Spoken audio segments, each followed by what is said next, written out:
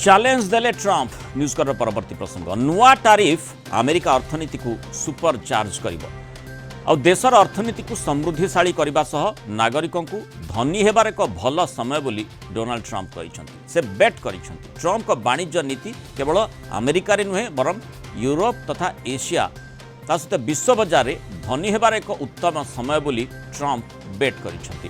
अन्यपटे नुआ टारिफ भयंकर परिस्थिति बाबद रे सतर्क करिछि विश्वर एक प्रमुख निवेशकारी संस्था जेपी मोर्गान। विश्व बजार धराशायी हेब एवं मार्केट गुरुतर ह्रास घटिबा सह व्यापक रिसेशन आनिब बोली ट्रंप को नुआ टिकस से दायी बोली संस्था कहछि।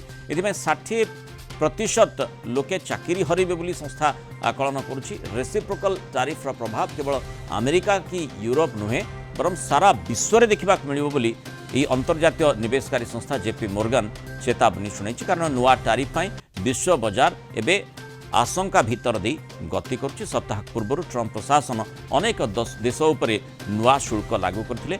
अमेरिकार वाणिज्य सामग्री उपरे एणे चीन गतकाली यार प्रतिशोध नहीं कथा कहुच्छी। से 34% रेसिप्रोकल टारिफ लगे अमेरिकार सामग्री उपरे। तेणु ये गोटे प्रकार टारिफ रेस सृष्टि करबनी कि एवं जो ट्रंप कहते जे माने गोटे समृद्धिशाली विश्व माने देश होगापी ये सुजोग सृष्टि कर प्रकृत में स्थिति कौन हो से संपर्क में अधिक आलोचना करवा वरिष्ठ चार्टर्ड अकाउंटेंट राजीव साहू जोड़ी। श्रीयुक्त साहू स्वागत करवा आलोचना को।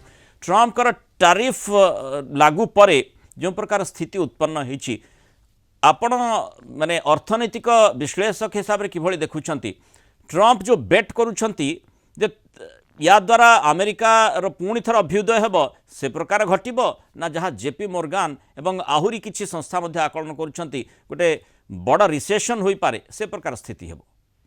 देखो मृणाल बाबू मु कहया को चाहे जे जो रेसिप्रोकल टारिफ जोटा कि डोनाल्ड ट्रंप एभली भाव में गोटे हुइमिसिकल कहतु गोटे इम्पोजिंग टाइप रो कहतु बा निजर शक्ति प्रदर्शन करिया पई करिसंती मु भावुची सेटा बुमेरंग हबार चांस बहुत अधिक।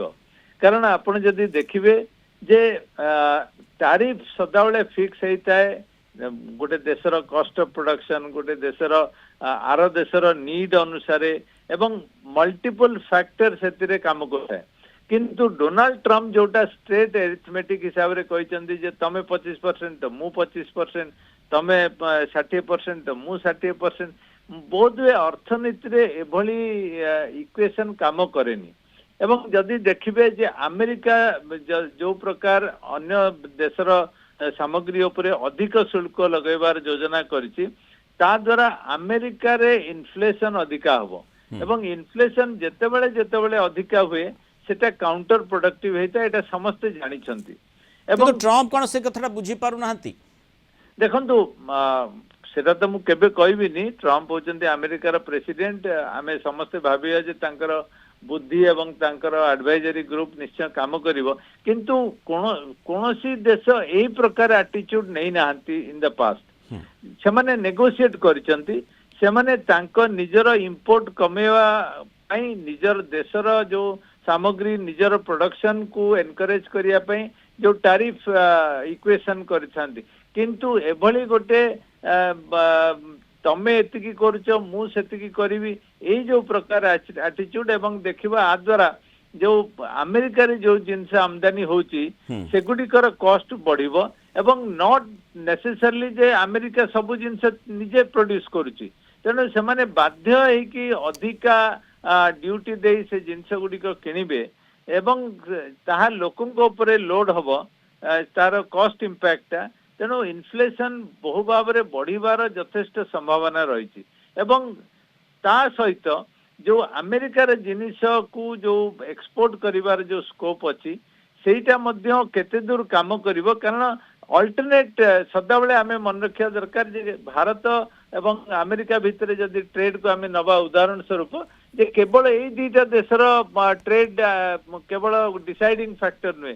कारण ता सहित अमेरिका सहित अन्य जो देश भी भारत को एक्सपोर्ट करुच्ची सेगुड़िक देखा जदि से किसी तारतम्य किसी डिफरेन्शियल देखा ताले अमेरिका जिनिस न कि से मेक्सिको जिनस किणवार अधिक चांस रहिबो तेणु एटा केते काउंटर प्रोडक्टिव हबो ताहा आगामी दिन रे जना पड़िबो माने एबे जहाँ हम टैरिफ वार आकार देखुचे परवर्ती समय ट्रेड वार रे परिणत हेबो एवं ता द्वारा अमेरिका सुपर चार्ज हेउची तार अर्थनीति समृद्ध होउची कि तार प्रतिकूल प्रभाव पड़ुची समय ही कहि परिबो ट्रम्प मध्य निजे ताकू अनुभव करि परिबे। बहुत धन्यवाद श्रीयुक्त राजीव साहू आलोचना रहित पर मतामत।